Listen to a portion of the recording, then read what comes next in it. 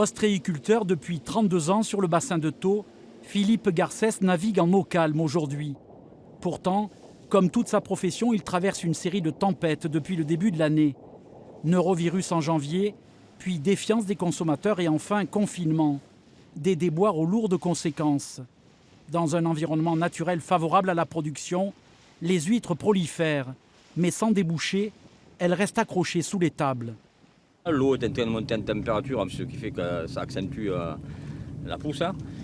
Et les eaux sont très claires, donc l'eau est claire, la photosynthèse se fait et l'huître continue à pousser et il poussera de plus en plus. Une huître, c'est comme une plante, il lui faut du soleil, du courant et de la nourriture. Toute la filière de vente est à l'arrêt depuis 2 mois. Alors 2000 tonnes d'huîtres sont en surstock. Les 500 exploitants d'Occitanie attendent impatiemment la réouverture des restaurants et espèrent la venue des touristes cet été.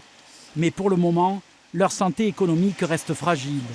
Aujourd'hui, la trésorerie des entreprises, elle est dans l'eau, elle n'est pas sur les comptes en banque.